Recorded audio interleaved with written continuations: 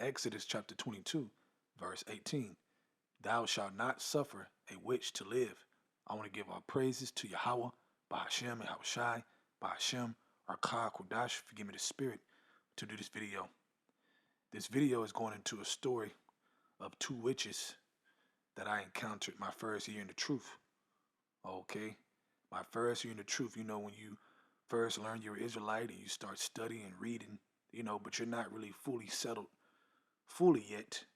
You might believe, but you need some more work, because I was watching different camps at the time, but I was mostly watching GMS.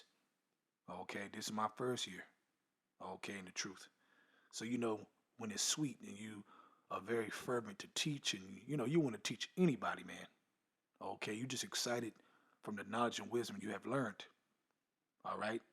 But because that was my first year, you can make a lot of mistakes, thinking you got it, but then you got to slow down.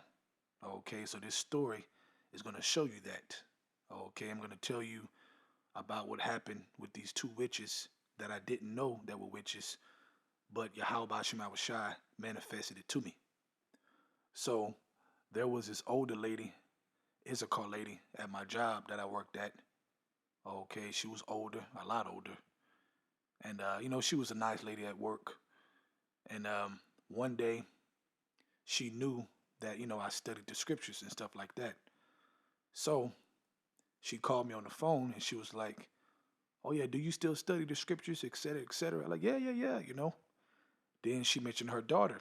She said, my daughter, all she does is she wants to learn the Bible. Okay, we should get together. Now, keep in mind, I'm living by myself, just me. All I'm doing is studying. That's all I'm doing. I ain't doing nothing else. I ain't going out. Even my neighbor at the time, which was Issachar at the time, she say, why you just sit on the balcony and just look at the sky?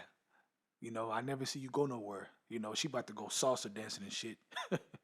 And she always seeing me sitting there, on the balcony just in my own world.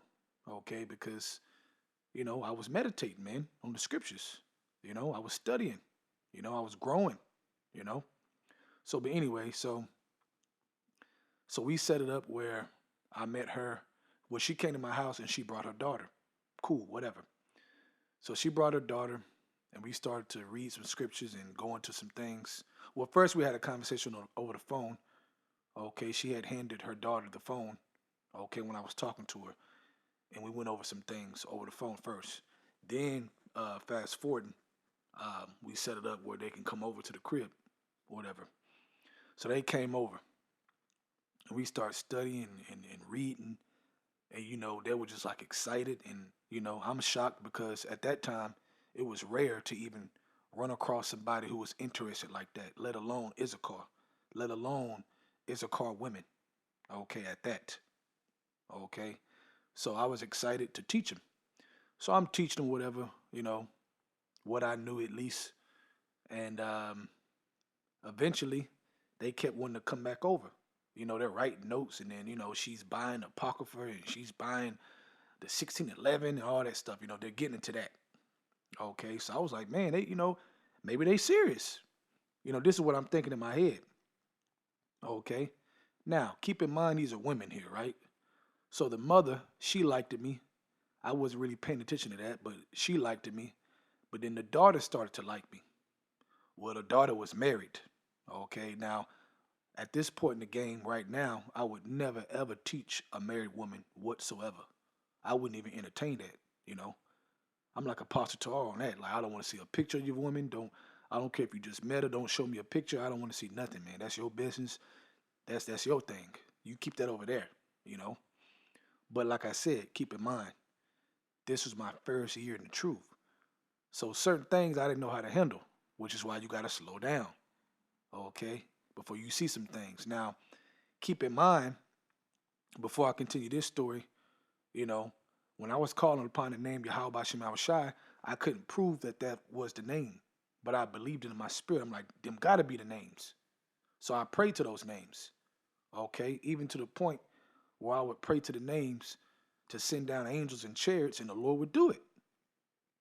So I was super pumped up around that time. This was early, so I saw a lot of things in the spirit, okay? and signs. I saw a lot of those things early my first year. Okay. But I didn't know that I did not know that I would have to see the other side.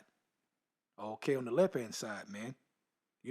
Like Job say, shall he receive good and not receive evil? Okay, so I didn't understand that. Keep in mind, my first year. So what I'm about to tell you, I was shocked at the time why this is happening, man, because I'm thinking everything good, the word is sweet, sweet as honey. I'm not thinking about the bitter part because I don't understand that part yet. All right? That's why experience is the teacher. Okay? So back to the story. So I didn't realize she was married until after the fact. Okay, but I was like, whatever, because he knew that was over there because the mother would take her because I knew the mother from work. So it was no problem. Okay. I start seeing that she starts saying little things. Okay. So I knew, okay, man, she's starting to like me. I'm starting to see it and pick up on it. Okay. Now, I'm realizing her mother likes me too. Okay. I'm kind of fast forwarding it. So one day, after a couple of times I'm coming over, she started to try to come over by herself. I'm talking about the daughter. But keep in mind, she's married. All right. So Satan was trying to set me up.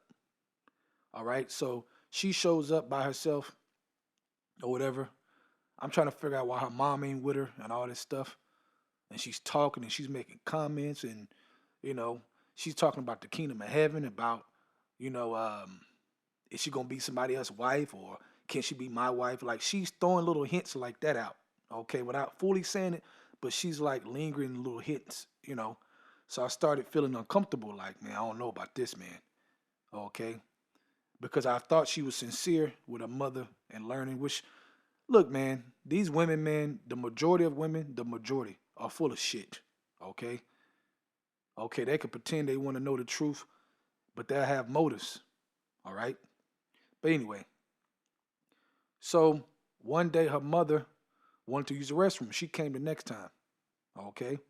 Now I should have cut it off. Now, obviously, like I said, if I would have known what I know now, I would have never gotten that situation.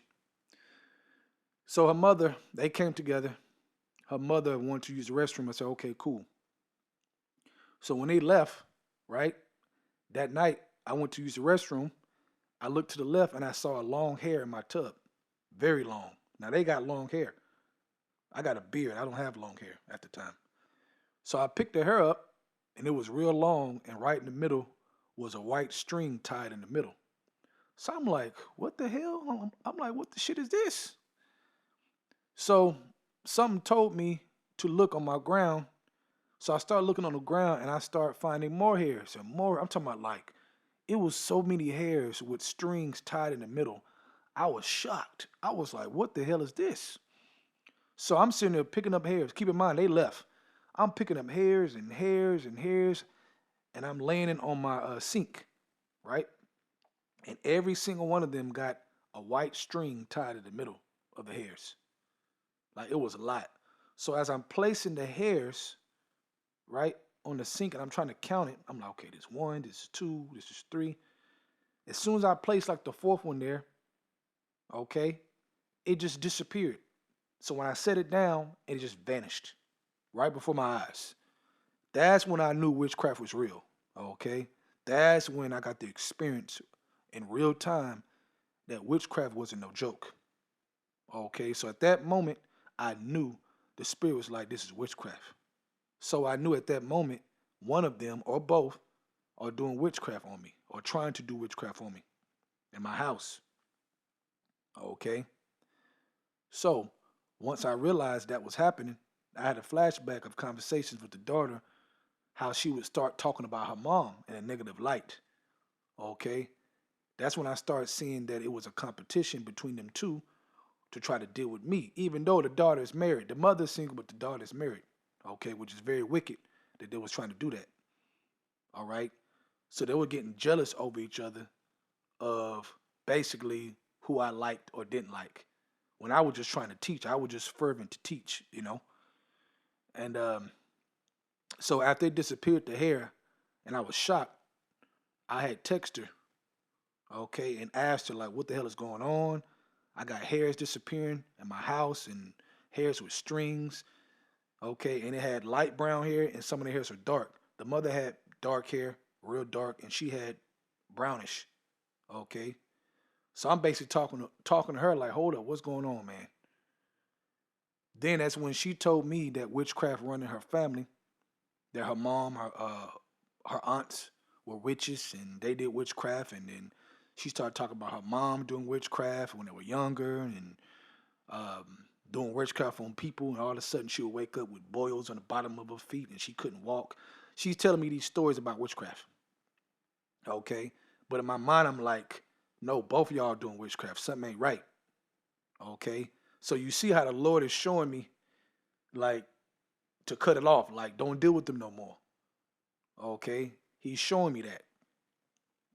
So I had texted mother witchcraft 3 times in all caps with exclamation marks points at the end. So it's like witchcraft, witchcraft, witchcraft. So I did that to get her attention. I didn't say nothing else. I just said that. She called me like 5 minutes later, all panicky, breathing hard. Tell me what's going on? What's going on? I don't know you. I don't know why you text me witchcraft. What's going on? You can tell she was caught.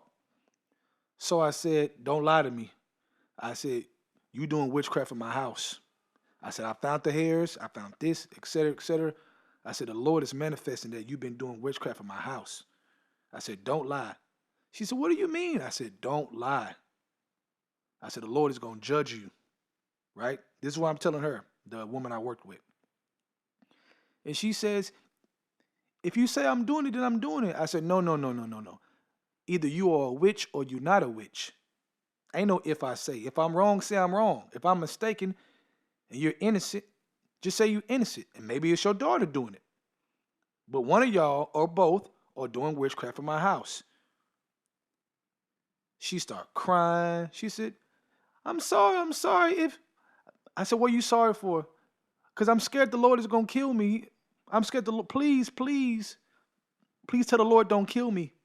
I'm like, why are you worried about the Lord killing you if you're not a witch, if you ain't doing this stuff? Yeah, but if you say that I'm doing it, then I'm doing it because you're a man of the Lord. So if you said it, I'm doing it. She kept trying to play that game. So anyway, she's guilty, obviously, at this point. So at this moment, I'm like, okay. So the wife, the daughter, right? The ones who married, that's why I call her the wife, because she's married. So she come over another time after that, right? Because I'm telling them, like, I ain't dealing with y'all no more. So she just pop up, right? And we're talking about it. And I'm telling her that y'all can't come over no more. I said, I don't know what's going on. And she said, it's my mother. It's not me. I'm telling you, it's her doing witchcraft. Now, we all know I shouldn't be talking to her at this point because she's married. But like I said, it's my first year in the truth. And I had no intentions with her whatsoever. But still, a woman needs to be at home in her own husband. If that's his business. She learned the way she learned. But hey, she got to be under her husband at the end of the day. And the scriptures teach that. So I want to continue to make that point. Because that's one thing definitely that I look back. I said, damn. I said, I should have been and cut that off. What the hell was I thinking? But you're younger, immature at the time. But anyway, so we're sitting there and all of a sudden, everything starts to slow down. Right? And she's looking at me while we're talking because I'm pretty much about to cut it off, pretty much. That's what I'm about to do. I'm about to cut it off. I'm like, look, you're going to have to go your way. I can't deal with y'all no more. Y'all can't come over my house no more. This is what I'm about to do at this moment. Okay? The Spirit just revealed everything. So the Spirit telling me cut it off now. So as I'm trying to cut it off and we're talking, all of a sudden, everything started slowing down. When I tell you this woman, her face started going in slow motion and she just gazing in my eyes and her whole face like turned like red, like quick. I'm talking about like red. And she had this glaze in her eyes and she just was staring at me and everything started to slow down to the point where I had to like snap out of it. Like, whoa, like what the? When I saw that shit, how demonic that shit was, I knew that she was a witch too. It wasn't just her mother. It was both of their asses doing witchcraft. So both of these women were doing witchcraft. trying to get me to like him, trying to get me to be with him, trying to get me, okay, under the disguise of they want to learn the truth, and they getting Bibles and reading, writing notes, trying to make it look real pretty much on me. But they were witches. Okay. Once that happened and I snapped out of that little daze where she was going slow, it was weird, man, like very demonic. That's when I told her, bye, you gotta go. And she just kind of like, you can tell she knew I knew at that moment. She didn't even say much. She was like, okay, I'll go. That's when I knew that it was both of them pretty much doing witchcraft on me, man. And I don't think I never told this story to even brothers, but the Spirit had me tell it, man. You got to be careful. You got to be careful, for you guys just coming into the truth and you just learning, man. You're going to get both sides. You don't know how that's going to come. Okay, that was a very, very strange interaction, But at the end of the day, I learned from it big time, man. Okay, because that was my first year in the truth. So that was years and years and years ago. Okay, it's a lot of stuff I would have did differently if I would have had the wisdom at that time and the experience, but I was just beginning. So that's why I'm telling you, you brothers and you sisters, what happened, man, that witches are real. Okay, they the real deal. All right. When I tell you I saw that hair disappear in front of my face, it tripped me out. It literally, as soon as I set it down, it just vanished. And I was like, what? That was like the tipping point of like, okay, yeah, this is witchcraft. Let alone all those hairs with strings in the middle that were tied. You know what I'm saying? Oh, and I forgot that with that white string in the middle, they had my beard hair tied in the mix of that white string. Okay, they had my beard hair in the middle. So I forgot that point. Let me go to a couple of scriptures before I end out. Let's go to Leviticus chapter 19, verse 31. Regard not them that have familiar spirits, neither seek after wizards to be defiled by them. I am the Lord your God. Right, man. Okay.